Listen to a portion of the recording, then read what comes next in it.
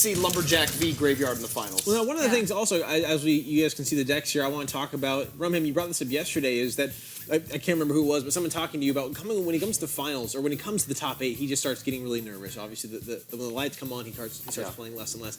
So there is, I would say, an advantage to being here multiple times. You've experienced that pressure.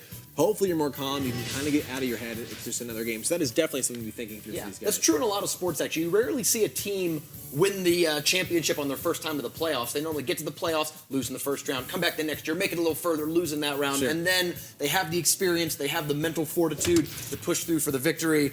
That does certainly favor Mr. Swood. Yeah. But then again, when you come from Clout Gaming like R4zor does, you're playing against some of the best day in and day out. Sure. And maybe you're not as intimidated by these players.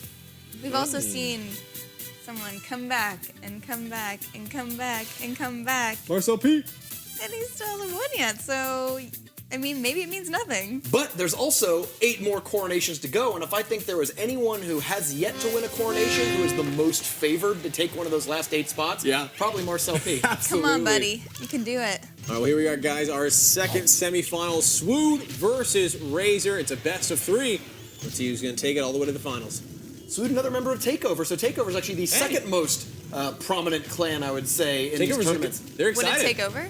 They are trying to take over not just Clash Royale, but I believe the world. Oh, okay. Earth. Wow, look at Lumberjack go. The tower's not locked on him, so he is free to just swing away. Lumberjack. Oh, I'm a lumberjack. If he gets close enough. Oh, he is close enough to the tombstone. For what it's worth, that will spawn skeletons a little bit faster. Yeah. Oh, the log comes in, and now the Golemites are going to make it. Can they do 500 damage? Ooh, what a knockback of that explosion. And Magic 8 Ball says doubtful. And it was right. 2 forts, 2-8 does not match 2-0-1-0. And they're about even elixir. 1 elixir advantage for Swood, but he finds his tower down by about 400 hit points. I think you'd rather have the 400 health on his tower than that 1 elixir. The more I see golems placed like that, the less I believe in them. Way back by the King Yeah, Tower? I actually think both these players, well, you know, I'm not competitive at all in any way, shape, or form, but just based on what we've seen in the Coronation days, I actually feel like this is not the ideal play for the golem. I think you want to play something like the Ice Golem in the back, and then the Archers, and then when it's getting closer to the front, then you play your Golem. I think what you're going to see here, the player who's going to win this exchange is the one who can kill that Golem quicker and then play a second Golem at the river to back it up. They're so low elixir. Both of them are so low elixir right now. Oh, actually, neither of them have enough elixir. We're not in double elixir time yet. Oh, actually, that push resolved very quickly. Yeah. Sometimes we see those big tanky armies just crash into each other, and it takes 20, 30, 40 seconds for the board to get clear again. But in that time, neither team really had a good support. They both just slaughtered each other very quickly and went back to even. Well, hey, Ray, it looks like he heard you a little bit. He put an Ice Golem first. He did. And then he played the Golem. He did.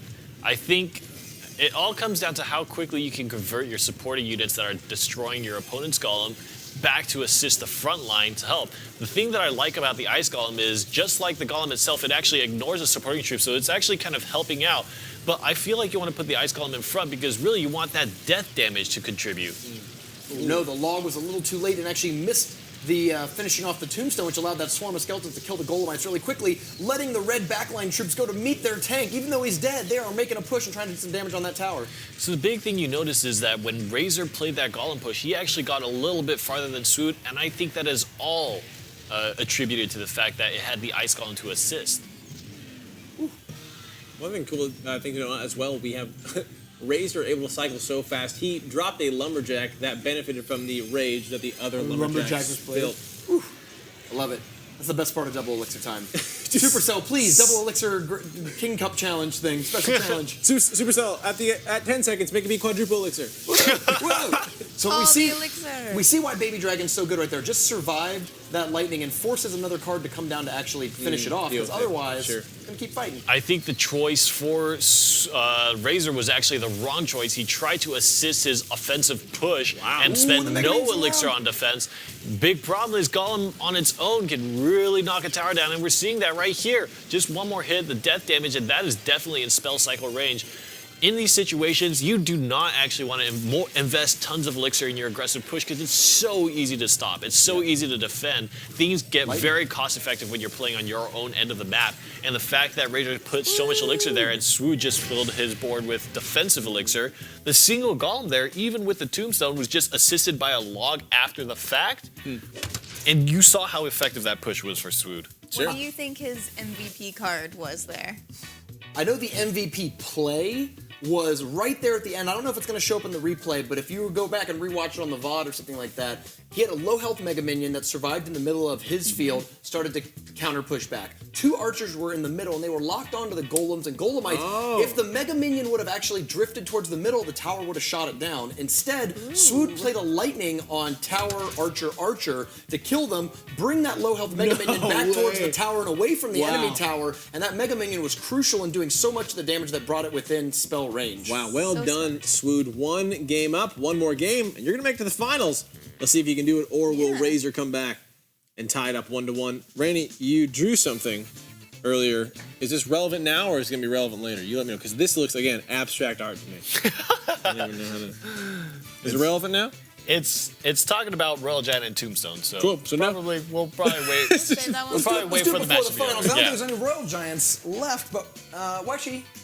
There's no Royal Giants left. Actually, with the finals, no matter what happens, it's going to feature at least a golem matchup, a golem mirror match for the 2nd coronation day in a row. That's right. Golem is running. Golem's the new Expo. Dang, yeah. Yeah, Golem has bullied out Taking the Expo. over. Yeah.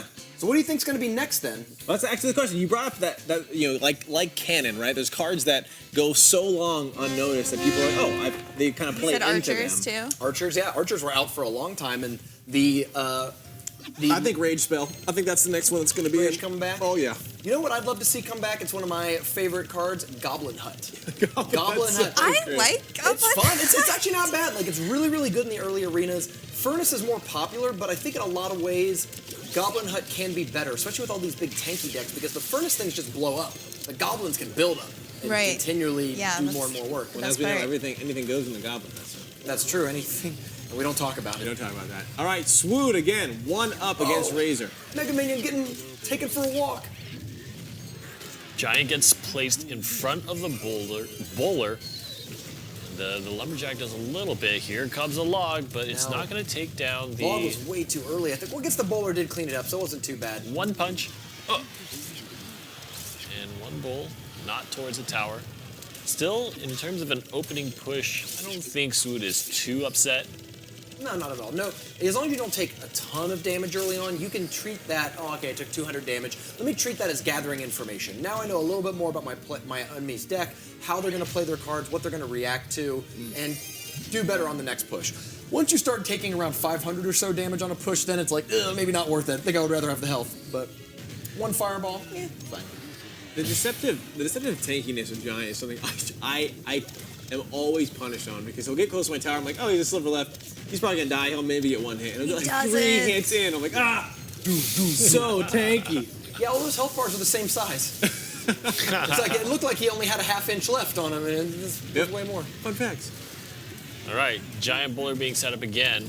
The bowler survives with a sliver. And keep in mind that Swood is on a timer, right? Once this hits double elixir, we've seen enough Giant Bowler matchups to know that it starts getting worse and worse and worse for a Giant Bowler deck. And he needs to make something big connect, trying to shove that Giant away with the Ice Golem. And I think that Bowler was doing a ton of damage. 897, but we've seen Golem decks come back from worse. Swood does have a 4 elixir advantage, though, so he's still maintaining that kind of death grip on the game right now. One thing that's actually hurting R4zor is that unlike some of the other Giant decks that we've seen pull this off, he's running both Ice Golem and Lumberjack, which gives the bowler a lot of targets. When those decks would come back and win, they often had things like Baby Dragon that were very crucial to the comeback maneuver, and that's not so much in this deck. Ooh, Archer, one of the Archers actually walking into its doom, and the arrows will actually eliminate it, but now Lightning comes across, and that Mega Minion is going to swing down the other, and it's going to win the Mega Minion duel too. And this Mega Minion is doing work. Now this Lumberjack comes through, and will chop down the Giant, and so almost completely defended, and units are now starting to spill over to the other side. This will translate into another golem for Swood. The question is, can he start spinning around the momentum into his own favor and start playing golems back to back? Yeah, when you have the ability to keep your defensive troops alive and use them on the next push under, they repel a push, but then they're used in the counterattack. That's one of the best ways to generate massive elixir advantage. Because it's almost like now this giant, look at this. This is effectively a 14 elixir push. He's still alive? For free. It's the same bowler. Oh, and I think he's going to have to log to push that away, but I don't know if he has it in cycle, One and that's more it. punch, Swood! Swood. 2-0ing R4zor, picking up the victory, going on to meet Ash into the finals. He did so well maintaining pressure, and something that we saw a lot of Giant Bowler decks failing against Golem decks, Swood was able to overcome. And I think a lot of that was probably due to the fact that you didn't have Baby Dragon, which doesn't necessarily do a ton of damage, but is very sustainable and very tanky. That over a duration of time, which is a long time because Golem is the health pool that you're trying to chew through. That takes a long time to defeat the Golem. The Baby Dragon is constantly just shooting at whatever it sees. Interesting. I think the Lumberjack there was also, while it was great in getting R4zor to this point, was kind of a liability in that matchup. When you see the Golem decks with a lot of air units, it's like, great, the bowler doesn't do much. It does a kind of wimpy amount of damage to the Golem. But there was a lot of stuff in R4zor's deck that were getting knocked back. All right, let's take a look at our replay here. Again, it's a combo we see a lot. It's Golem, it's Lightning. Yep. I've given very succinct descriptions of why Lightning is good with big bodies, and we'll probably see it again here. Lightning.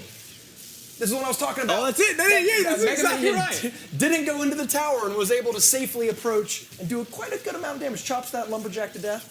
Wow. Yeah, that's fantastic. I think, and Giant Bowler, so difficult against the Golem deck to really trade efficiently enough that you can constantly just keep throwing Giants at the opponent. And look at this Bowler. Sliver of health, the last health point is the one that matters the most. Got about 2 bowls, took down a lot of troops, and also did damage to the tower.